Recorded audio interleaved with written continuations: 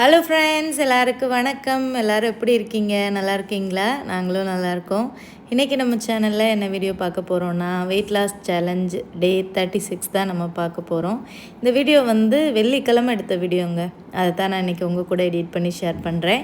இப்போ வாங்க வீடியோக்குள்ளே போகலாம். அதுக்கு முன்னாடி நம்ம சேனலை பார்த்துட்டு நிறைய பேர் சப்போர்ட் பண்ணுறீங்க, சப்ஸ்கிரைப் பண்ணுறீங்க. எனக்கு சப்போர்ட் பண்ணி சப்ஸ்கிரைப் பண்ணுற எல்லாருக்குமே ரொம்ப ரொம்ப நன்றிங்க. தொடர்ந்து உங்களோட ஆதரவை நம்ம சேனலுக்கு கொடுங்க. இப்போ வீடியோக்குள்ளே போகலாமா? வெள்ளிக்கிழமை காலையில் ரெஃப்ரெஷ் ஆகிட்டு ஃபஸ்ட்டு வந்து வெயிட் தான் செக் பண்ணேன். 65.9 வந்திருக்கு. சூப்பர். அப்படியே குறையுது, அப்புறம் டக்குன்னு 66க்கு மேலே போகிற மாதிரி இருக்குது. ஸோ ஓகே, கூடுதோ குறையுதோ நம்ம எதனாலுமே வந்து ஏற்றுக்க தான் வேணும். ஃபுட் டயட் எடுத்துக்கணும், எக்ஸசைஸும் வந்து பண்ணணும். நேற்று வந்து லாங் வீடியோ போட முடியலங்க. வீடியோ எடிட் பண்ணி தான் வச்சுருந்தேன், பட் வாய்ஸ் ஓவர் கொடுக்க முடியல. ஸோ அதனால் ஒரு நாள் பிரேக் ஆகிடுச்சு. ஸோ நேற்று போட வேண்டிய வீடியோ தான் இந்த வீடியோ. ஸோ இன்றைக்கி வெள்ளிக்கிழமை என்னென்னலாம் பண்ணோம் அப்படின்றத இந்த வீடியோவில் ஃபுல்லாக பாருங்கள். ஸோ ஃபுல்லாக க்ளீனிங் தான் பண்ணிகிட்டு இருந்தேன் காலையிலேயே. அந்த கவுண்டர் டாப் ஃபுல்லாக ஒரே டஸ்ட்டாக இருந்த மாதிரி இருந்தது. ஸோ அதனால் அதை பூரா க்ளீன் பண்ணி எடுத்துடலான்னு சொல்லிட்டு க்ளீன் பண்ணிகிட்டு இருந்தேன். ஏன்னா அடிக்கடி க்ளீன் பண்ணுற மாதிரி தாங்க இருக்கும். நல்லா டஸ்ட்டு வந்து விழுந்துடும். ஏன்னா கிளைமேட்டுமே வந்து நம்ம ஊர் கிளைமேட் மாதிரி இருக்கு இல்லையா? அதனால் வாரத்தில் ஒரு நாளாவது அதை கம்ப்ளீட்டாக தொடச்சி எடுக்கணும். ஏன்னா அந்த கவுண்டர் டாப்பில் தான் பாத்திரத்தை எல்லாத்தையும் வந்துட்டு நான் கழுவி கவுத்தி போட்டு அதுக்கப்புறம் காஞ்சதுக்கப்புறமா எடுத்து அந்த செல்ஃப்லலாம் எடுத்து வைப்பேன். ஸோ அதனால் பாத்திரம் நம்ம போடுறனால தூசியெல்லாம் இல்லாத மாதிரி நல்லா வந்து க்ளீன் பண்ணணும். ஸோ எல்லா பாத்திரத்தையும் எடுத்துகிட்டு ஃபுல்லாக க்ளீன் பண்ணி வச்சுட்ருந்தேன். இப்போ கொஞ்சம் கொஞ்சம் அந்த செடியெல்லாம் வச்சிட்ருக்கிறனால கொஞ்சம் அந்த இடத்துல மண் தூசியெல்லாம் கொஞ்சம் அதிகமாக வர்ற மாதிரி இருக்குது. ஏன்னா அந்த பசங்க வந்து சும்மாவே இருக்க மாட்டேங்கிறாங்க. அந்த மண்ணை போய் நோண்டி விளையாடுறது, அந்த மண்ணை எடுத்து விளையாடுறது, செடியை பிச்சு விளையாடுறது, அந்த மாதிரி பண்ணுறனால அந்த ஏரியா ஃபுல்லாக டக்குன்னு தூசி ஆயிடுது. வேறு என்ன பண்ணுறது? இந்த பிள்ளைங்களை வந்து நம்ம வந்து ரொம்ப கண்ட்ரோலும் பண்ண முடியாது. சொன்னாலும் கேட்க மாட்டாங்க. நான் இருக்கிற நேரம் அந்த இடத்துல நிற்கிற நேரம் பண்ணுறது கிடையாது. நான் வேறு ஏதாவது வேலை பார்த்துட்ருக்கையில் அம்மாவுக்கு தெரியாமல் ஏதாவது ஒன்று பண்ணிடுறது. சரி, அந்த செடிகள்லாம் கொஞ்சம் முக்கியமான செடிகள், அதனால தான் வீட்டுக்குள்ளே வந்து வச்சுருக்கேன். துளசி, அந்த கற்பூரவல்லி, இதெல்லாமே கொஞ்சம் ஒரு ஹெர்பல் கார்டனிங் மாதிரி பண்ணிகிட்ருக்கேன். ஏன்னா அது ரொம்ப ரொம்ப தேவை. அந்த பசங்களுக்கு சளி பிடிச்சிருக்கையில் எனக்கு ரொம்ப தேவைப்படும். வெளியில் அந்த செடி வைக்கலாம், ஆனால் அங்கே ரொம்ப அதிகமாக மழை பெய்கிறனால எல்லா செடிகளுமே வந்து அழுகி போயிடுது. ஸோ அதனால் வந்து உள்ளே வச்சு வளர்த்துட்ருக்கேன். சன்லைட் வந்து நல்லா அந்த ஜன்னல் பக்கத்தில் வைக்கிறனால நல்லா கிடைக்குதா. ஸோ அதனால் நல்லாவே வந்து க்ரோ ஆகிட்டுருக்கு. ஸோ முடிஞ்ச அளவுக்கு நீங்களுமே வந்துட்டு வெளியில் செடி வைக்க முடியலன்னா வீட்டில் இருக்கிற சின்ன சின்ன தொட்டிகளில் இந்த மாதிரி வீட்டுக்குள்ளேயே வைங்க. ஸோ நமக்கு வந்து ரொம்ப நல்ல வளர்ச்சி கொடுக்காட்டாலுமே நம்ம மனசுக்கு கொஞ்சம் சந்தோஷமாக இருக்கும். ஏதாவது ஒரு செடி, ஒரு மணி பிளான்ட் கூட வைக்கலாம். ஸோ நான் கொஞ்சம் பிளான் பண்ணியிருக்கேன், கொஞ்சம் கொஞ்சமாக நிறைய வீட்டுக்குள்ளே இன்டோர் பிளான்ட்ஸ் மாதிரி நிறைய வைப்போம் அப்படின்னு சொல்லிட்டு. ஏன்னா பார்க்குறதுக்கு நமக்கு வந்து நல்லா மைண்டு வந்து ரெஃப்ரெஷிங்காக இருக்கும். ஸோ அதுக்காக வந்து ஷேர் பண்ணுறேன். ஸோ ஃபுல்லாக அந்த கவுண்டர் டாப் ஃபுல்லாக க்ளீன் பண்ணிட்டேன். வியாழக்கிழமை அப்லோட் பண்ணியிருந்த லாங் வீடியோக்கு கீழே நிறைய பேர் கமெண்ட் பண்ணியிருந்தீங்க. அதில் ஒரு சில சிஸ்டர்ஸ் வந்து பேர் சொல்லியிருந்தீங்க. அவங்களோட பேரெல்லாம் சொல்லிடலாம். திவ்யான்னு ஒரு சிஸ்டர் வெள்ளூர்லேருந்து கமெண்ட் பண்ணியிருந்தாங்க. ஹாய் திவ்யா சிஸ்டர், எப்படி இருக்கீங்க? நல்லா இருக்கீங்களா? ரொம்ப ரொம்ப நன்றிங்க என்னோடய வீடியோ பார்த்து எனக்கு கமெண்ட் பண்ணுறதுக்கு. நான் வீட்டில் எல்லோரும் எப்படி இருக்காங்க? நல்லா இருக்காங்களா? அப்புறம் நசியான்னு ஒரு சிஸ்டர் கள்ளக்குறிச்சியிலேருந்து. ஹாய் நசியா சிஸ்டர், எப்படி இருக்கீங்க? நல்லா இருக்கீங்களா? தேங்க்யூ ஸோ மச் என்னோடய வீடியோ பார்த்து கமெண்ட் பண்ணுறதுக்கு. அப்புறம் அனிதான்னு ஒரு சிஸ்டர் கத்தார்லேருந்து கமெண்ட் பண்ணியிருந்தாங்க. ஸோ ஹாய் அனிதா சிஸ்டர், எப்படி இருக்கீங்க? நல்லா இருக்கீங்களா? யாரோட பேர் சொல்லலைன்னா சாரிங்க. நான் இந்த பேர் தான் நோட் பண்ணி வச்சுருந்தேன். ஸோ யாரோட பேர் சொல்லலைன்னா நீங்கள் எனக்கு திரும்ப கமெண்ட் பண்ணுங்கள். அடுத்தடுத்த வீடியோவில் வந்து நான் ஷேர் பண்ணுறேன். ஸோ ஹாய் சொன்ன எல்லாருக்குமே பெரிய பெரிய ஹாய்ங்க. Thank you so much once again. அப்புறம் வீடு க்ளீன் பண்ணிவிட்டு நாங்கள் வெள்ளிக்கிழமை வெளியில் தாங்க கிளம்புனோம் சிக்கன் வாங்க போகலான்னு சொல்லிவிட்டு. ஹஸ்பண்ட் வந்து நான் போய் பிராய்லர் கோழி வாங்கிட்டு வரேன்னு சொன்னார் சூப்பர் மார்க்கெட்டில் போயிட்டு. அப்போது வெள்ளிக்கிழமை அன்னைக்கு மார்க்கெட் போனோம்னா நாட்டுக்கோழி வாங்கலாம். சரி, எதுக்கு போய் பிராய்லர் கோழி வாங்கிக்கிட்டு நாட்டுக்கோழியை வாங்கிடலான்னு பிளானை வந்து சேஞ்ச் பண்ணியாச்சு. ஏன்னா பிராய்லருக்கு நாட்டுக்கோழி எவ்வளோ ஹெல்தி தானே. வெள்ளிக்கிழமை போனோம்னா நிறையாவும் இருக்கும் கோழி, நம்ம பார்த்து வாங்கிக்கலாம். சண்டே போனோம்னா சம்டைம்ஸ் இருக்கும், ஆனால் ரெகுலராக சண்டேயில் வந்து இருக்குமான்னு தெரியல. ஆனால் வெள்ளிக்கிழமை போனோம்னா கன்ஃபார்மாக கிடைக்கும். ஸோ அதனால் வந்து கிளம்பியாச்சு. ஸோ வெள்ளிக்கிழமை சிக்கன் சாப்பிட்றீங்களேக்கா, நான்வெஜ் சாப்பிட்றீங்களே அப்படின்னு ஒரு சில பேர் கேட்பீங்க. ஸோ அந்த மாதிரி எங்கள் வீட்டில் பார்க்குறது இல்லைங்க. எல்லா கிழமையுமே நல்ல நாள் தான். அதுக்காண்டி இந்த கிழமை அந்த கிழமெல்லாம் பார்க்குறதில்ல. எங்களுக்கு எப்போ பிடிச்சிருக்கோ அந்த மாதிரி சாப்பிட்டுக்கிறது. ஆனால் வாரத்தில் வந்து இந்த மாதிரி ஒரு சில நாட்கள் வந்து நான்வெஜ் சாப்பிடாமல் இருக்கிறது நல்லது தானே. இது வந்து வெள்ளிக்கிழமை செவ்வாய்க்கிழமைன்னு பார்க்காதீங்க. இது வந்து ஒரு சயின்ஸ் அப்படின்னு சொல்லிட்டு ஒருத்தவங்க கமெண்ட் பண்ணியிருந்தாங்க முன்னாடி போட்டிருந்த வீடியோவுக்கு. உண்மைதான். ஆனால் நாங்கள் வந்து ரெகுலராக நான்வெஜ் சாப்பிட்றது கிடையாது. வாரத்தில் ஒரு நாள் மீன் வாங்குவோம், வாரத்தில் ஒரு நாள் வந்து சிக்கன் வாங்குவோம். ஸோ இந்த மாதிரி தான். ஸோ அது வந்து எங்களுக்கு ஏற்ற மாதிரியான டேஸில் பார்த்து வாங்கிக்கிறது. ஏன்னா வெள்ளிக்கிழமை கொஞ்சம் ஃப்ரெஷ்ஷாக கிடைக்கும் அப்படின்றதுனால. அப்புறம் ஞாயிற்றுக்கிழமை இப்போ லீவ் இருக்கிறதுனால பசங்களுக்குமே அந்த டைம் போய் மீன் வாங்குறது. அப்புறம் மார்க்கெட்டுக்கு வந்தாச்சு. வந்துட்டு இந்த ஃபஸ்ட்டு உள்ள கடையில் இவங்க எப்போவுமே கட் பண்ணி கொடுப்பாங்க. அன்னைக்குன்னு பார்த்து கட் பண்ணுறது இல்லைன்ட்டாங்க. அப்போ நம்ம தான் கட் பண்ணணுமா அப்படின்ற மாதிரி ஆயிடுச்சு.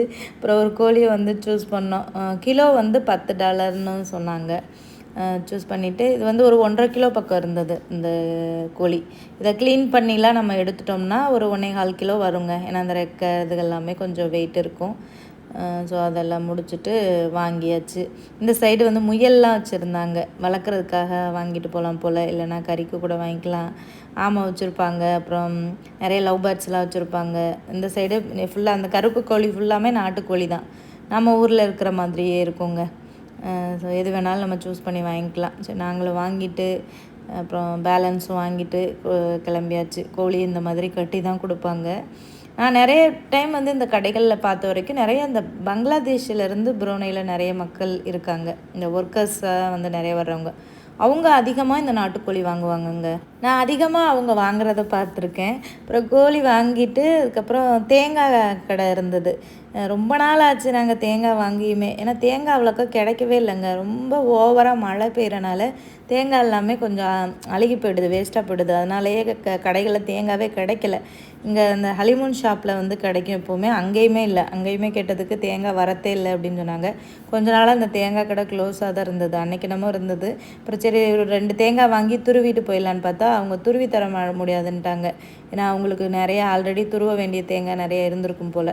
சரி அப்போ நம்ம தேங்காய் மட்டும் வாங்கிட்டு போயிடலாம், நம்மளே போய் உடச்சி துருவிக்கலாம் அப்படின்ட்டு நான் ஒரு 2 தேங்காய் வந்து வாங்கிட்டு, அப்புறம் பக்கத்துலேயே காய்கறிகள் இருந்தது.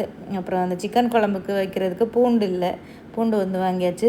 பூண்டு வந்து புருனை நாட்டில் 1 கிலோ எவ்வளோக்கா விற்கிறாங்க அப்படின்னு கமெண்ட்டில் நிறைய பேர் கேட்டிருந்தீங்க. ஏன்னா நம்ம இந்தியாவில் வந்து $400 500 வரைக்கும் விற்கிறாங்க. அங்கே எவ்வளோன்னு சொல்லிட்டு இங்கே வந்து இந்த பூண்டு 1 கிலோ வந்து $4ங்க. $4னா $1 வந்து 60 ருபீஸு. இப்போ ஒரு 250 ருபீஸ், $250 பக்கம் வருங்க 1 கிலோ. பரவாயில்ல தான். நம்ம ஊரில் $400 500 அப்படின்றது ரொம்ப அதிகமாக தான் இருக்குது. அவ்வளோ காசுக்கு வந்து எப்படி கஷ்டப்படுறவங்கெல்லாம் வாங்கி யூஸ் பண்ண போகிறாங்கன்னு தெரியல. ஏன்னா 1 கிலோவே $400னா சில பேரோட வருமானமே, ஒரு நாளோட வருமானமே சில பேருக்கு $500 தான் இருக்கும். இப்போ 1 கிலோ பூண்டெல்லாம் அவங்க எப்படி வாழ்வாங்க? ரொம்பவே விலைவாசி நம்ம ஊர் சைடு அதிகமாகிடுச்சுங்க. ஸோ இங்கே புரோனியில் கொஞ்சம் பரவாயில்லைங்க. இங்கே வந்து அத்தியாவசிய பொருட்கள்லாம் ஓரளவுக்கு வந்து இங்கே உள்ள கவர்மெண்ட் வந்து நல்லா கண்ட்ரோல் பண்ணி வச்சுருக்காங்க. அப்புறம் காய்கறிகள்லாம் வாங்கிட்டு அந்த கடை பக்கத்துலேயே ஒரு கருவாட்டு கடை இருந்தது. அங்கே வந்து கொஞ்சம் கருவாடு வாங்கினோம். நெத்திலி கருவாடு நிறைய வெரைட்டியில் கிடைக்கும். ஸோ எல்லாம் ஒவ்வொரு ரேட்டில் இருக்கும், நம்ம அதுக்கேற்ற மாதிரி வாங்கிக்கலாம். நான் இங்கே புரோனை வந்து தாங்க இந்த நெத்திலி கருவாடு எல்லா டிஷ்லேயுமே யூஸ் பண்ணலான்னு தெரிஞ்சுக்கிட்டேன். நமக்கு தெரிஞ்சதெல்லாம் கருவாடு பொரிக்கிறது, அதுக்கப்புறமா வந்து தொக்கு பண்ணுறது, குழம்பு பண்ணுறது, அந்த மாதிரி தான் நமக்கு தெரியும். ஆனால் இங்கே வந்து நிறைய பண்ணுவாங்க. நூடுல்ஸில் போட்டு பண்ணுவாங்க, அந்த மீகுன்னு ஒன்று பண்ணுவாங்க, ஸ்பெகட்டியில் போட்டு பண்ணுவாங்க, ரைஸு கருவாடு ஃப்ரைட் ரைஸ் பண்ணுவாங்க, அப்புறம் சம்பல் பண்ணுவாங்க, அதுக்கப்புறம் பொரியலில் போட்டு பண்ணுவாங்க. ஆனால் நல்லாயிருக்கும். அந்த நெத்திலி கருவாடோட ஃப்ளேவர் போட்டு பண்ணும்போது ரொம்ப நல்லாயிருக்கும். நான் இங்கே புரூனை வந்து நிறைய ரெசிபீஸ் வந்து கற்றுக்கிட்டேங்க உண்மையாகவே. அப்புறம் மார்க்கெட்டில் வாங்க வேண்டியதெல்லாம் வாங்கி முடிச்சுட்டு அப்படியே எங்கள் கீழூப்பில் இருக்கிற ஹூஹூ மாலுக்கு தான் வந்திருந்தோம். ஏன்னா வெள்ளிக்கிழமை அப்படின்றனால 12 மணிக்கெலாம் ஷாப் வந்து க்ளோஸ் பண்ணிவிடுவாங்க. ஏன்னா அதுக்கப்புறமா வந்து இங்கே உள்ள மக்கள் வந்து மசூதியில் போய் தொழுகை இருக்கும், அதுக்காக வந்து க்ளோஸ் பண்ணிவிடுவாங்க கடையை. ஸோ நாங்கள் வந்தது ஒரு 11:30 மணி போல் தான் வந்தோம் இந்த கடைக்கு. பயங்கர க்ரௌடுங்க. இந்த பேக்கரி ஐட்டம் வாங்குறதுக்கு அவ்வளோ கூட்டம் அலமோதிட்டு இருந்தாங்க. ஏன்னா ஃப்ரெஷ்ஷாக சுட சுட பண்ணி வச்சிட்ருப்பாங்க. ரொம்ப நல்லாவும் இருக்கும் இங்கே வாங்குறது. ஸோ எல்லோரும் வாங்குறத பார்த்து எங்களுக்கும் டெம்ட் ஆகிடுச்சு. இவ்வளோ கூட்டமாக இவ்வளோ இதாக என்னப்பா வாங்கிட்டு இருக்காங்க, நம்மளும் கொஞ்சம் போய் வாங்கலாம் அப்படின்னு சொல்லிட்டு. வெயிட் லாஸில் வேறு இருக்கோம், இதெல்லாம் பார்த்துட்டு எப்படி தான் சாப்பிடாம கண்ட்ரோல் பண்ணுறதுன்னு வேறு. அதுக்கப்புறம் நான் அந்த சைடு போயிட்டேங்க. கொஞ்சம் இந்த இஞ்சி வெங்காயம் இதெல்லாம் வாங்க வேண்டியது இருந்தது. மார்க்கெட்டில் வந்து வெங்காயம் விலை கொஞ்சம் கூட இருந்தது, இங்கே கொஞ்சம் கம்மியாக இருக்கும். அதனால் இங்கே வாங்கிக்கலான்னு சொல்லிவிட்டு வெங்காயம், அப்புறம் பாஸ்மதி அரிசி, பிரியாணி பண்ணுறதுக்கு பாஸ்மதி அரிசி அதெல்லாம் நான் அங்கிட்டு போய் வாங்க வந்துட்டேன். அதுக்கப்புறம் இவங்க எல்லோரும் சூஸ் பண்ணி இதை வாங்கிட்டு இருக்காங்க. இந்த பசங்களுக்கு இதெல்லாம் வேணும்னு சொல்லி அவங்க அப்பாட்ட கேட்டு இதெல்லாம் வாங்கிட்டு இருந்தாங்க. அப்புறம் எல்லாத்தையும் வாங்கிட்டு வீட்டுக்கு வந்தாச்சு. வந்துட்டு காரில் வரையிலேயே எல்லோரும் காலி பண்ணியாச்சு. நான் மட்டும் சாப்பிடாம உட்காந்துருந்தேன். ஆனால் இந்த உலகத்திலே ரொம்ப கொடுமையான விஷயம் என்ன தெரியுமாங்க, நமக்கு பிடிச்சது நம்ம கண்ணு முன்னாடி இருந்தும் நம்ம சாப்பிடாமல் இருக்கிறது தான் ரொம்ப ரொம்ப கொடுமையான விஷயம். அப்படி தான் நான் காரில் உட்காந்துட்டு வந்தேன். எல்லோரும் இடையை சுற்றி முகில் கையில் ஒரு கேக் வச்சு பப்ஸ் வச்சு சாப்பிட்டுட்ருக்கான். இந்த சைடு ஆதவ் ஒரு பப்ஸ் வச்சு சாப்பிட்ருக்கான். அவங்க அப்பா ட்ரைவ் பண்ணிக்கிட்டு அவர் ஃபிஷ்ஷில் ஒரு இது மாதிரி ஒன்று வாங்கியிருந்தார், அதை சாப்பிட்டுட்ருக்காரு. கொடுக்குறாரு, சும்மா சாப்பிடு, ஒரு நாள் சாப்பிட்றனால வெயிட்டு கூடிடாதுன்னு. அப்புறம் யோசிச்சு பார்த்தேன், வெயிட்டை குறைக்கிறதுக்கு மாங்குன்னு ஓடி கஷ்டப்பட்டது நமக்கு தானே தெரியும். இவர் ஈஸியாக சாப்பிட சொல்லிடுவார் அப்படின்னு சொல்லிட்டு, எனக்கு வேண்டாப்பான்னு நான் எவ்வளோ தான் நல்லவ மாதிரியே நடிக்கிறது அப்படின்ட்டு கொஞ்சமாக வாங்கி சாப்பிட்டுட்டு தான் வந்தேன். ஏன்னா காலையிலையும் சாப்பிட்ல, நாங்கள் காலையிலே வந்து சும்மா ஒரு டீ மாதிரி போட்டு குடிச்சிட்டு கிளம்பியாச்சா, சொன்னால் பசிக்க ஆரம்பிச்சிச்சு. அதுக்கப்புறம் வாங்கிட்டு வந்ததெல்லாம் எடுத்து செக் பண்ணிடுவேன், வாங்கினது எல்லாம் இருக்கா கரெக்டாக அப்படின்னு சொல்லிட்டு. அப்புறம் எல்லோரும் சாப்பிட்டுட்டு போக மிச்ச மீதியில் எனக்கு ஒரு பப்ஸு பாதி வச்சுருந்தேன். அது சரி அதை சாப்பிட்லான்னு சொல்லிட்டு சாப்பிட்டுட்டு இருந்தேன். ஏன்னா எனக்கு பப்ஸ்னால் ரொம்ப பிடிக்கும். நம்ம ஊரில் இந்த எக் பப்ஸு, சிக்கன் பப்ஸ் மாதிரி இருக்கிறது, ஸோ அந்த டேஸ்ட்லேயே இருக்கும் இங்கே வாங்குறது. அதுக்கப்புறம் என் ஹஸ்பண்ட் அந்த கோழியை ஒரு கை பார்த்து வெட்டிகிட்டு இருந்தாருங்க. இதை கட் பண்ணுறது தான் கொஞ்சம் இதாக இருக்குது. அதே மாதிரி இது கட் பண்ணுறதுக்கு கட்டையும் சரியாக இல்லை. இது காய்கறி வெட்டுற கட்டையவே நாசம் பண்ணிட்டார், இந்த கறி வெட்டுறன்னு சொல்லி. ஒரு கட்டை வாங்கி வச்சுக்கிட்டோம்னா ஈஸியாக இருக்கும். மார்க்கெட் இதெல்லாம் கிடச்சா வாங்கலாம் அப்படின்ட்டு பிளானு. அது எப்படியோ அவர் அந்த கோழியை இது பண்ணி எல்லாத்தையும் கட் பண்ணி கொடுத்துட்டாரு. அப்புறமா நான் எடுத்து அதை க்ளீன் பண்ணால் பயங்கர கொழுப்பாகவும் இருந்தது. அந்த கோழி கொஞ்சம் வெடைக்கோழி மாதிரி தான் இருந்தது, முட்டையெல்லாம் இருந்தது வயிற்றுக்குள்ளே. பாவமாகவும் இருந்தது, என்ன பண்ணுறது, பாவம் பார்த்தா சிக்கன் சாப்பிட முடியாது. அதுக்கப்புறம் நிறையவே இருந்தது கறி. அப்புறம் எல்லாத்தையும் குக்கரில் போட்டு நல்லா வேக வச்சுட்டேன். லாஸ்ட் டைம் வாங்கியிருந்த போது நல்லா வேக வைக்காமல் கொஞ்சம் சாப்பிடவே முடியல, சவக்குன்னு இருந்ததா. ஸோ அதனால் இந்த டைமு நல்லா போட்டு வேக வைக்கணும்னு சொல்லிவிட்டு உப்பு மஞ்சள் பொடியெலாம் போட்டு ஒரு 15 விசிலுக்கு மேலே வச்சேங்க. 20 விசிலே இருக்கும்னு நினைக்கிறேன். ஏன்னா அப்போ தான் பசங்களுக்கு கொஞ்சம் நல்லா பசைஞ்சு கொடுக்க முடியும் அப்படின்றனால. வேறு ஏதாவது இந்த கறி வந்து ஈஸியாக வேக வைக்கிறதுக்கு ஏதாவது டிப்ஸ் இருந்தால் ஷேர் பண்ணுங்கள். சில பேர் வந்து இந்த அஜினமோட்டோலாம் போடுவாங்க, ஆனால் அது வந்து நான் போடுறது நல்லதானு தெரியல, அது யூஸ் பண்ணக்கூடாதுன்ற மாதிரி சொல்லுவாங்க. அதெல்லாம் நான் யூஸ் பண்ணதில்லை. சும்மாவே குக்கர்லேயே போட்டு வேக வச்சுட்டு அதிலேருந்து பிரியாணிக்கு எடுத்துக்கலான்னு. ஸோ ஒரு சில பேர் நான் ஷார்ட்ஸில் அப்லோட் பண்ணியிருந்தேன், பிரியாணி எல்லோரும் ரெசிபி கேட்டிருந்தீங்க, பிரியாணி ரெசிபி சொல்லுங்கன்னு சொல்லிவிட்டு. எனக்கு தெரிஞ்ச முறையில் நான் வந்து இன்றைக்கி வந்து உங்ககிட்ட பிரியாணி ரெசிபி வந்து ஷேர் பண்ணுறேன். மசாலான்னு ஒன்றுன்னு பார்த்தீங்கன்னா, நான் பெருசாக மசாலா பிரியாணிக்கு கடையில் உள்ளது யூஸ் பண்ண மாட்டேன். பட்டை, கிராம்பு, ஒரு துண்டு பட்டை, ஒரு 3 கிராம்பு, 2 ஏலக்காய், 1 டேபிள் ஸ்பூன் சோம்பு, 1 டேபிள் ஸ்பூன் ஜீரகம், அப்புறம் இந்த கல்பாசி, பிரியாணி ஸ்பைசஸ்க்கெலாம் நம்ம என்னென்ன போடுவோம்ல, அன்னாசிப்பூ, அதில் கொஞ்சம் எடுத்து மிக்சியில் போட்டுட்டு நல்லா வந்து அரைச்சிடணும். தண்ணியெல்லாம் ஊற்றாமல் சும்மா லைட்டாக ஒன்றும் பாதியமாக வந்து அரைச்சிடணும். அதுக்கப்புறமா அதிலேயே இஞ்சி பூண்டு போட்டு அரைக்கணும். ஒரு 2 பீஸ் தக்காளி, ஒரு 2 பீஸ் வெங்காயம், இதெல்லாம் போட்டு அரைச்சி ஒரு பேஸ்ட்டாக எடுத்து வச்சுக்கணும். ஸோ இந்த மாதிரி அந்த பிரியாணி ஸ்பைசஸ் போட்டு அரைச்சி வச்சோம்னா பிரியாணி ரொம்ப சூப்பராக வரும். எக்ஸ்ட்ரா நம்ம கடையில் யூஸ் பண்ணுற பொடி வந்து யூஸ் பண்ணணும்னு அவசியமே கிடையாது. இந்த மாதிரி பண்ணும்போதே அந்த ஃப்ளேவர் ரொம்ப நல்லாயிருக்கும் பிரியாணிக்கு. ஸோ ரீசன்ட் டேஸாக நான் வந்து இந்த மாதிரி தான் பண்ணிகிட்ருக்கேன். ஸோ கடையில் யூஸ் பண்ணுற பொடியுமே யூஸ் பண்ணலாம், அதுவுமே நல்லா தான் இருக்கும். பட்டு இந்த மாதிரி பண்ணும்போதும் நல்லா தான் இருக்கும். எது வேணாலும் வந்து யூஸ் பண்ணிக்கலாம். ஸோ இந்த மெத்தடில் நான் எப்படி பண்ணுறேன் அப்படின்றத சொல்கிறேன். பாஸ்மதி அரிசி ஒரு சின்ன கப்பில் 3 கப் அளவுக்கு எடுத்து வந்து ஊற வச்சுட்டேன். தம் பிரியாணி தான் நான் வந்து பண்ணேன். குக்கர் பிரியாணி இதே மாதிரி பண்ணிவிட்டு ஒரு 4 விசில் குக்கரில் வச்சோம்னா போதும். தம்முக்கு வந்து நம்ம தோசைக்கல்ல போட்டு பண்ணோம்ல அந்த மாதிரி ஒரு 3 கப் அளவுக்கு அரிசி எடுத்துகிட்டு கழுவிட்டு அரிசியை வந்து பார்த்திங்கன்னா ஒரு 20 நிமிஷத்துக்கு முன்னாடி ஊற வச்சா போதும். ரொம்ப நேரம் ஊறிடக்கூடாது. ரொம்ப நேரம் ஊறிடுச்சுன்னா அரிசி வந்து ரொம்ப குழஞ்சி போயிடும். ஸோ அதனால் ஒரு 20 நிமிஷத்துக்கு முன்னாடி மட்டும் அரிசியை வந்து ரொம்ப அழுத்தாமல் லைட்டாக மட்டும் அலசிட்டு ஊற வைக்கணும். ரொம்ப அழுத்தி இது பண்ணோம்னா உடஞ்சி போகும்னு சொல்லுவாங்க. ஸோ அதனால் அரிசியை வந்து ஊற வச்சுட்டு ஒரு அடிகனமான பாத்திரத்தை எடுத்துக்கோங்க பிரியாணி பண்ணுறதுக்கு. ஸோ நான் பிரியாணி பண்ணுறதுக்கு இந்த பாத்திரம் வந்து வாங்கி வச்சுருந்தேன். இங்கே தான் வாங்கினேன், புரோனையில். இந்த ஃபஸ்ட் எம்போரியம் ஷாப்பில் தான் வாங்கினது. ஸோ இதில் வந்து ஆயில் சேர்த்துக்கிட்டேன், நல்லெண்ணெய் சேர்த்துக்கிட்டேன். அதுக்கப்புறம் நெய் வேணும்னா சேர்த்துக்கலாம். நான் வந்து பட்டர் வந்து சேர்த்துருக்கேன், ஒரு 2 டேபிள் ஸ்பூன் அளவுக்கு பட்டர். அதுக்கப்புறமா பிரியாணி ஸ்பைசஸ், அந்த பே லீஃப், அதுக்கப்புறம் சோம்பு, பட்டை, கிராம்பு, ஏலக்காய், அனாசிப்பூ இதெல்லாம் சேர்த்துட்டு மெயினான இன்க்ரீடியன்ட்ஸ் வந்து இந்த ரம்பை இலை சேருங்கங்க. பிரியாணிக்கு பயங்கர ஸ்மெல்லு கொடுக்கும், சூப்பராக இருக்கும்.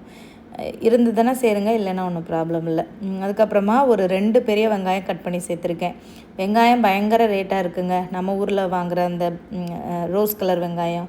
ஸோ அதனால் வெங்காய ரேட்டு ஏறும்போதெல்லாம் நான் அந்த ஒயிட் வெங்காயம் வாங்கிக்கிறது. இது வந்து கிலோ வந்து $1.50 விற்கிறாங்க. அந்த பெரிய வெங்காயம் 1 கிலோ $2 விற்கிறாங்க. ஸோ ஏதோ நம்மளால் முடிஞ்சது கொஞ்சம் மிச்சம் பண்ணுவோன்னு இந்த வெங்காயம் வாங்கியிருக்கேன். ஸோ வெங்காயம் நல்லா கலர் மாதிரி வெந்ததுக்கப்புறமா ஒரு 2 தக்காளி வந்து சேர்த்துருக்கேன். நான் போட்டிருக்க அந்த 3 டம்ளர் அரிசிக்கு இந்த வெங்காயம் தக்காளி கரெக்டான அளவு. ஸோ அதுக்கப்புறமா ஒரு கைப்பிடி அளவுக்கு கொத்தமல்லி, ஒரு கைப்பிடி அளவுக்கு புதினா, ஸோ இதெல்லாமே போட்டுட்டு நல்லா மிக்ஸ் பண்ணி விட்டுட்டு வந்து வேக வச்சுக்கலாம். நல்லா வந்து தக்காளி வந்து மசிஞ்சு வேகணும். ஸோ அது வரைக்கும் வந்து நல்லா வந்து மிக்ஸ் பண்ணி விட்டு வேக வச்சுக்கலாம். அதுக்கப்புறம் அடுப்பில் நான் சிக்கன் வந்து வேக வச்சேன் பார்த்திங்களா, அந்த சிக்கனில் இருக்கிற ஆயில் பிரிஞ்சு அந்த மூடி மேலே எவ்வளோ இதாக இருக்குது பாருங்கள். ஏன்னா நாட்டுக்கோழிலலாம் இந்த மாதிரி, நாட்டுக்கோழியில் மட்டும்தான் இந்த மாதிரியெல்லாம் வரும், பிராய்லரில் இந்த மாதிரி வரவே வராது. ஸோ ஓரளவுக்கு சிக்கன் வெந்துருச்சு. அதில் கொஞ்சம் பீசஸ் எடுத்து பிரியாணிக்கு எடுத்துக்கிட்டேன். பிரியாணியில் வந்து டைரெக்டாக வந்து இந்த சிக்கனை போட்டோன்னா நல்லா குக்காக இருக்காது, ஒரு மாதிரி சவக்கு சவக்குன்னு தான் இருக்கும். ஸோ அதனால தான் நான் மொத்தமாகவே குக்கரில் போட்டு வேக வச்சுட்டேன். ஸோ பிரியாணிக்கு தனியாக, கிரேவிக்கு தனியாக சிக்கனை வந்து பிரித்து எடுத்து வச்சுட்டேன். கொஞ்சமாக செமி கிரேவி மாதிரி பண்ணலாம் அப்படின்னு சொல்லிட்டு என் ஹஸ்பண்ட் சொன்னாங்க, கொஞ்சம் அந்த எலும்பெல்லாம் எடுத்து சூப் வச்சுட்டு மித்த கறியை கிரேவி மாதிரி பண்ணி சோறாக்கிருன்னு. இல்லை நான் பிரியாணி தான் பண்ணுவேன்னு சொல்லிட்டு பிரியாணி பண்ணேன். ஏன்னா ரொம்ப நாள் ஆகிடுச்சு பிரியாணி. நான் ஷார்ட்ஸில் கூட ஷேர் பண்ணியிருந்தேன் இல்லையா, தீபாவளி அப்போ பிரியாணி செஞ்சு சாப்பிட்டது கிட்டத்தட்ட 2 மாதம் ஆகிடுச்சு. ஸோ அதனால் பிரியாணியே பண்ணிடலான்னு பண்ணியாச்சு. இப்போ வந்து அந்த தக்காளி பாருங்கள் நல்லா வெந்துடுச்சு. அதுக்கப்புறம் 2 பச்சை மிளகாய் சேர்த்துருக்கேங்க, மறந்துட்டேன் உங்ககிட்ட சொல்கிறதுக்கு. அதுக்கப்புறம் நம்ம அந்த பிரியாணி ஸ்பைசஸ்ஸு, இஞ்சி பூண்டு இதெல்லாம் சேர்த்து போட்டு அரைச்சோம் பார்த்திங்களா, அந்த பேஸ்ட்டை வந்து இதில் வந்து நான் வந்து சேர்த்துக்கிட்டேன். ஒரு 3 டேபிள் ஸ்பூன் பக்கம் இருக்குங்க. இஞ்சி பூண்டு பேஸ்ட்டு கொஞ்சம் அதிகமாக சேர்த்தா தான் பிரியாணி வந்து நல்லாயிருக்கும். அதுக்கப்புறமா 1 டேபிள் ஸ்பூன் அளவுக்கு மிளகாய் பொடி, அதுக்கப்புறமா ஒரு 1/2 டேபிள் ஸ்பூன் அளவுக்கு மல்லிப்பொடி, சும்மா வீட்டில் அரைச்சி அந்த மீன் குழம்புக்கெலாம் யூஸ் பண்ணுவேன் பாருங்கள், அதுதான். வேறு அவ்வளோதாங்க. நான் எந்த மசாலாவுமே அதிகமாக யூஸ் பண்ணவே மாட்டேன். பிரியாணிக்கு எப்போவுமே மசாலா கொஞ்சம் மைல்டாக இருந்தால் தான் கொஞ்சம் நல்லாயிருக்கும் சாப்பிட்றதுக்கு.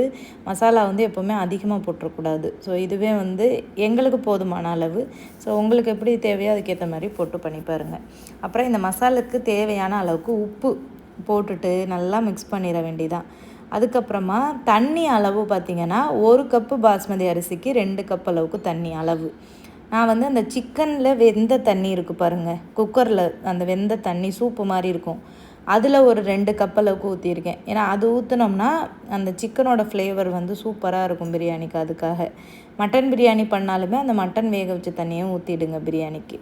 ஸோ 2 கப் அளவுக்கு தண்ணி ஊற்றிட்டு உப்பு வந்து கறிக்கு ஏற்ற மாதிரி அட்ஜஸ்ட் பண்ணிட்டேன். வேக வச்ச கறியவும் அது கூட வந்து சேர்த்தாச்சு. சேர்த்துட்டு 2 கப் அளவுக்கு தண்ணி ஊற்றியாச்சா, அப்போ 3 கப்பு அரிசிக்கு 6 கப் அளவுக்கு தண்ணி, 2 கப்பு ஊற்றிட்டேன். இனி 4 கப்பு பேலன்ஸு. இப்போ 4 கப் அளவுக்கு தண்ணி வந்து சுடு தண்ணி வந்து ஊற்றுறேன். சுடு பண்ணி வச்சுருந்தேன் தண்ணி. சுடு தண்ணி ஊற்றினோம்னா நமக்கு வந்து டக்குன்னு வந்து கொதிச்சிடும். அது மட்டும் இல்லாமல் அந்த கறி போட்டிருக்கோம் பார்த்திங்களா, அது வந்து நல்லா இன்னுமே நல்லா குக் ஆகிடும். பச்சை தண்ணி ஊற்றினோம்னா கொஞ்சம் விரைச்ச மாதிரி இருக்கும். அதனால் சுடு தண்ணி ஊற்றிட்டு அரிசிக்கும் தேவையான அளவுக்கு உப்பு நான் ஆல்ரெடி வந்து போட்டுட்டு தண்ணி கொதிச்சதுக்கப்புறமா நம்ம அரிசியை வந்து போட்டுற வேண்டியதான். போட்டுட்டு நல்லா நம்ம ஹோட்டல்லலாம் சாப்பிடுவோம் பாருங்கள், நல்லா உதிரி உதிரியாக சூப்பராக வரும்ல. ஸோ அந்த மாதிரியே வருங்க இந்த மாதிரி ட்ரை பண்ணோம்னா. நம்மளே சூப்பராக பண்ணலாம். ஹோட்டலில் போய் சாப்பிடணுன்னு அவசியம் இல்லை. நம்மளே வீட்டில் இருக்கிற பொருட்களை வச்சு சூப்பராக பண்ணலாம். ஸோ அரிசியும் போட்டுட்டு ஒரு லெமன் வந்து போட்டேங்க. காய வச்ச லெமன் இது. நானே வீட்டில் வந்து இந்த நம்ம வீட்டுக்காக லெமன் வாங்குவோம் இல்லையா, அதில் வந்து கொஞ்சம் லெமனை வந்து எடுத்து நான் ஃப்ரிட்ஜிலே வச்சுருப்பேன். ஃப்ரீசர் இல்லாமல் நார்மலாக உள்ள ஃப்ரிட்ஜில், அதாவது ஓப்பனில் ஒரு பாத்திரத்தில் போட்டு மூடி வைக்காமல் ஓப்பன்லேயே வச்சோம்னா இந்த மாதிரி நமக்கு காஞ்சிரும் ஒரு வாரத்துலேயே. அது வந்து இந்த பிரியாணிகளுக்கு யூஸ் பண்ணிக்கிடுவேன். இந்த கல்ஃப் கண்ட்ரீஸ்லலாம் இந்த மந்தி பிரியாணி இதெல்லாம் பண்ணும்போது இந்த மாதிரி காஞ்ச லெமன் வந்து போடுவாங்க. அது ஃப்ளேவர் ரொம்ப நல்லாயிருக்கும் அதுக்காக. ஸோ அந்த லெமன் போட்டுட்டு ஒரு கைப்பிடி அளவுக்கு புதினா, ஒரு கைப்பிடி அளவுக்கு கொத்தமல்லி எல்லாம் போட்டுட்டு மூடி போட்டு வச்சுட்டு ஒரு 10 நிமிஷம் ஹை ஃப்ளேமில் நல்லா வந்து கொதிக்க விடணும். அப்போ அந்த தண்ணி எல்லாம் வற்றி இந்த மாதிரியான இதுக்கு வரும். ஸோ இந்த டைமில் இன்னொரு அடுப்பில் ஒரு தோசைக்கல்லை ஹீட் பண்ணி வச்சுருந்தேங்க, தம் போடுறதுக்கு ஏதாச்சும் ஒரு தோசைக்கல்லை. அதில் வந்து தூக்கி அப்படியே போட்டுட்டு அந்த தோசைக்கல் வச்சுருக்க அடுப்பை வந்து மீடியம் ஃப்ளேமில் வச்சிட வேண்டியதான். அவ்வளோதான். இதை வந்து ஒரு 20 நிமிஷம் இன்னும் வந்து நம்ம அப்படியே வந்து போட்டோன்னா சூப்பராக பிரியாணி ரெடி ஆகிடும். ஸோ பிரியாணி ரெடி ஆகட்டும். இந்த சைடு வந்து சிக்கன் கிரேவி பண்ணுறதுக்கு எண்ணெய் ஊற்றிட்டு ஸ்பைசஸ்லாம் போட்டுட்டு வெங்காயம் இதெல்லாம் போட்டு வதக்கிட்டு தக்காளி எல்லாம் போட்டு வதக்கிட்டு இதுக்கு வந்து இஞ்சி பூண்டு பேஸ்ட்டு சேம் அதே மாதிரி தான் அரைச்சிருந்தேன். இதில் வந்து அந்த பிரியாணி ஸ்பைசஸ் சேர்க்காமல் இஞ்சி பூண்டு தக்காளி வெங்காயம்லாம் போட்டு அரைச்சிட்டு அதையும் போட்டு நல்லா வந்து மிக்ஸ் பண்ணிட வேண்டியதான். எப்பவும் போல் நம்ம சிக்கன் கிரேவி பண்ணுவோம்ல அதே மாதிரி தான், இது எந்த மாற்றமும் இல்லை. இதை நல்லா வெந்ததுக்கப்புறமா நம்ம வேக வச்ச சிக்கன் மசாலா பொடி வந்து கொஞ்சம் மிளகாய் பொடி மல்லிப்பொடி தான் வந்து போடுவேன், வேறு எந்த பொடியும் இல்லை. எக்ஸ்ட்ரா வந்து நம்ம கடையில் வாங்குகிற சிக்கன் மசாலா இருந்தால் வந்து நம்ம வந்து போட்டுக்கலாம். போட்டுட்டு உப்பு தேவையான அளவுக்கு உப்பு எல்லாமே போட்டுட்டு மிக்ஸ் பண்ணிவிட்டு நம்ம வந்து வேக வைக்க வேண்டியதுதான். இது வந்து சும்மா செமி கிரேவி மாதிரி தான் பண்ணேன். ரொம்ப தண்ணியாகவும் இல்லாமல் ரொம்ப கெட்டியாகவும் இல்லாமல் ஒரு மைல்டான ஒரு கிரேவி கன்சிஸ்டன்சியில் வைக்கிற மாதிரி, சும்மா பிரியாணி கூட மிக்ஸ் பண்ணி சாப்பிட்ற மாதிரி. ப்ளைனாக சாப்பிட்டா நல்லா இருக்காதுல்ல. என் ஹஸ்பண்டுக்கு பிரியாணி பண்ணோன்னா இந்த மாதிரி கூட சைடிஷ் ஏதாவது வேணும். ஆனால் எனக்கு வந்து சைடிஷ் எல்லாம் தேவையில்லை, வெறும் பிரியாணி இருந்தாலே நான் வந்து சாப்பிட்டுக்கிடுவேன். அந்த மாதிரி ஆள் தான். அப்புறம் வேக வச்ச கறியவும் சேர்த்துட்டு அதுக்கப்புறமா உப்பெல்லாம் போட்டுட்டு மூடி போட்டு வச்சிட்டோம்னா, தண்ணி தேவையான அளவுக்கு ஊற்றிட்டு மூடி போட்டு வச்சிட்டோம்னா நல்லா கிரேவி வந்து ரெடி ஆகிடும். இந்த சைடு பிரியாணி என்ன ஸ்டேஜில் இருக்குன்னு பார்க்கலாமா? பாருங்கள், சூப்பராக வந்து வந்திருக்கு பாருங்கள். கலருமே ஓரளவுக்கு ரொம்ப அதிகமான மசாலாவும் இல்லாமல் கம்மியானும் இல்லாமல் நல்லா மைல்டான ஒரு இதில் வரும். ஃபைனலாக கொஞ்சம் அந்த ரம்பை இலையை மேலாப்பில் போடுங்க, இனிமேல் நல்லா ஃப்ளேவர் வரும். அதுக்கப்புறம் நெய் இருந்தாலும் மேலே அப்படியே ஒரு ஸ்பூன் ஊற்றி விடலாம். நான் ஆல்ரெடி நெய்யே நிறைய போட்ட மாதிரி இருந்தது, ஸோ அதனால் போடலை. அதுக்கப்புறம் நல்லா மிக்ஸ் பண்ணி பார்த்தோன்னா சூப்பரான பிரியாணி ரெடி ஆகிடுச்சு. அடியெல்லாம் பிடிக்காதுங்க. 2 டம்ளர் தண்ணி அளவு வந்து வச்சோம்னாலே நமக்கு கரெக்டாக இருக்கும். எல்லா பிரியாணி அரிசிக்குமே சேம் அளவு ஒரே தண்ணி தான்.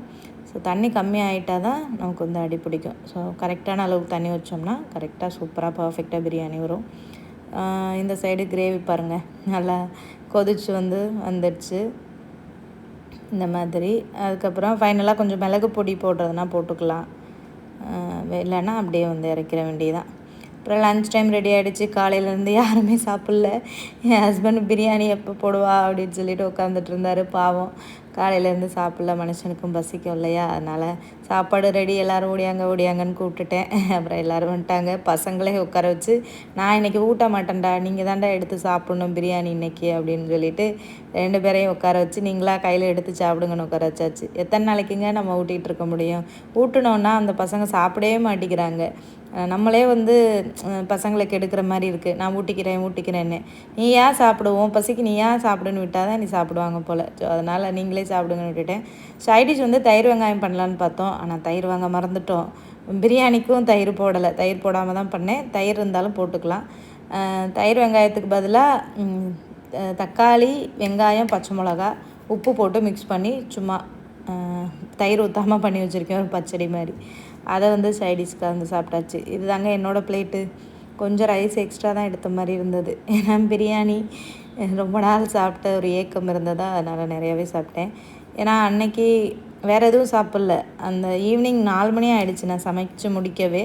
ஸோ அதையே வந்து சாப்பிட்டுட்டு அந்த டேயை கம்ப்ளீட் பண்ணியாச்சு. அதுக்கப்புறம் நான் எதுவும் சாப்பிடல. பசங்களுக்கு மட்டும்தான் நைட்டு ஊட்டி விட்டேன். ஹஸ்பண்டுமே அதுக்கு மேலே நைட் டின்னர் எதுவுமே சாப்பிடல. அந்த 4 மணிக்கு சாப்பிட்டதோடையே அன்னைக்கான சாப்பாடை வந்து கம்ப்ளீட் பண்ணியாச்சு. ஏன்னா ஈவினிங் வந்து ஒரு 6 மணிக்குள்ளெல்லாம் நம்ம வந்து டின்னரை வந்து முடிச்சிடணும். அது ரொம்ப ரொம்ப நல்லது. அப்படி அந்த மாதிரி சாப்பிட்டு பழகணும்னு வைங்களேன், சூப்பராக நமக்கு வெயிட் வந்து குறையும். அளவாக சாப்பிடணும். ஆனால் ஒரு 6 6:30க்குள்ளெல்லாம் ஒரு 7 மணிக்குள்ளே டைம் ஃபிக்ஸ் பண்ணி வச்சு சாப்பிட்டு முடித்தாலே நமக்கு உடம்புல நல்ல சேஞ்சஸ் தெரியும். அப்புறமா வந்துட்டு ஒரு 6 மணிக்கு மேலே வந்து ஒரு டீ போட்டேன். லெமன் கிராஸ் டீ இருக்குது பார்த்திங்களா, அதுதான் எனக்கும் ஹஸ்பண்டுக்கும் சேர்த்து தான் போட்டேன். இஞ்சி தட்டி போட்டிருக்கேன். அப்புறம் கொஞ்சம் லெமன் கிராஸு நம்ம வீட்டில் வச்சுருக்கோம் இல்லையா, அதில் 2 இலையை கட் பண்ணி போட்டிருக்கேன். அப்புறம் வழக்கம் போல் எப்போவுமே வந்து டீ தூள் ஒரு 1/2 டேபிள் ஸ்பூன் போட்டு நல்லா கொதிக்க விட்டுட்டு சுகர் வேணும்னா சேர்த்துக்கலாம், இல்லைனா அப்படியே கூட ஃபில்ட்ரு பண்ணி குடிக்கலாம். ரொம்ப ரொம்ப சூப்பராக இருக்குங்க, நல்லா ரெஃப்ரெஷிங்காக இருக்கும். லெமன் கிராஸ் இல்லைன்னா நீங்கள் ஒரு கைப்பிடி அளவுக்கு புதினா இலை கூட வந்து சேர்த்துக்கலாம், இல்லைனா துளசி சேர்த்துக்கலாம், கற்பூரவள்ளி சேர்த்துக்கலாம், எந்த இலை வேணாலும் சேர்த்துக்கலாம். ஏன்னா நல்லா அது ஃப்ளேவர்ஃபுல்லாக இருக்கும் அதோட அந்த எசன்ஸ் எல்லாமே. ஸோ ஹஸ்பண்டுக்கும் எனக்கும் போட்டு நல்லா டைஜஷனுக்குமே ரொம்ப நல்லாயிருக்கும். பசங்களுக்குமே கொஞ்சம் வந்து கொடுத்தேன். நான் மதியம் வந்து நாட்டுக்கோழி சாப்பிட்டனால கொஞ்சம் நல்லாயிருக்கும் டைஜஷனுக்கு அப்படின்ட்டு. அதுக்கப்புறமா நான் கொஞ்சம் நேரம் அந்த எடிட்டிங் ஒர்க்கெல்லாம் பார்ப்பேங்க. ஃபோனில் தான் வந்து எடிட் பண்ணுறது எல்லாமே. ஸோ டீயை குடிச்சிக்கிட்டே எடிட்டிங் ஒர்க் பண்ணிவிட்டு வீடியோ அப்லோட் பண்ணுறதுக்கு அப்படியே பார்த்துட்ருப்பேன். பசங்க அப்படியே அந்த சைடு விளாண்டுட்ருப்பாங்க. ஸோ அன்னைக்கு வெள்ளிக்கிழமை டே வந்து இப்படி தாங்க போச்சு. ஸோ இதோட இந்த வீடியோ வந்து கம்ப்ளீட் ஆகுது. நம்ம இன்னொரு வீடியோவில் பார்க்கலாம். ஸோ அடுத்தடுத்து நான் வந்து வெயிட் லாஸ் சேலஞ்ச் வீடியோஸ் வந்து கண்டினியூஸாக ஷேர் பண்ணுறேன். இன்னும் ஒரு சில வீடியோஸ்லாம் பெண்டிங்கில் இருக்குங்க, எடிட் பண்ணி அடுத்தடுத்து நான் வந்து ஷேர் பண்ணுறேன். ஸோ தொடர்ந்து நம்ம வீடியோவை பாருங்கள், தொடர்ந்து உங்களோட சப்போர்ட் கொடுங்க, எதனாலும் கமெண்ட் பண்ணுங்கள். நம்ம நெக்ஸ்ட் வீடியோவில் பார்க்கலாம். Bye bye.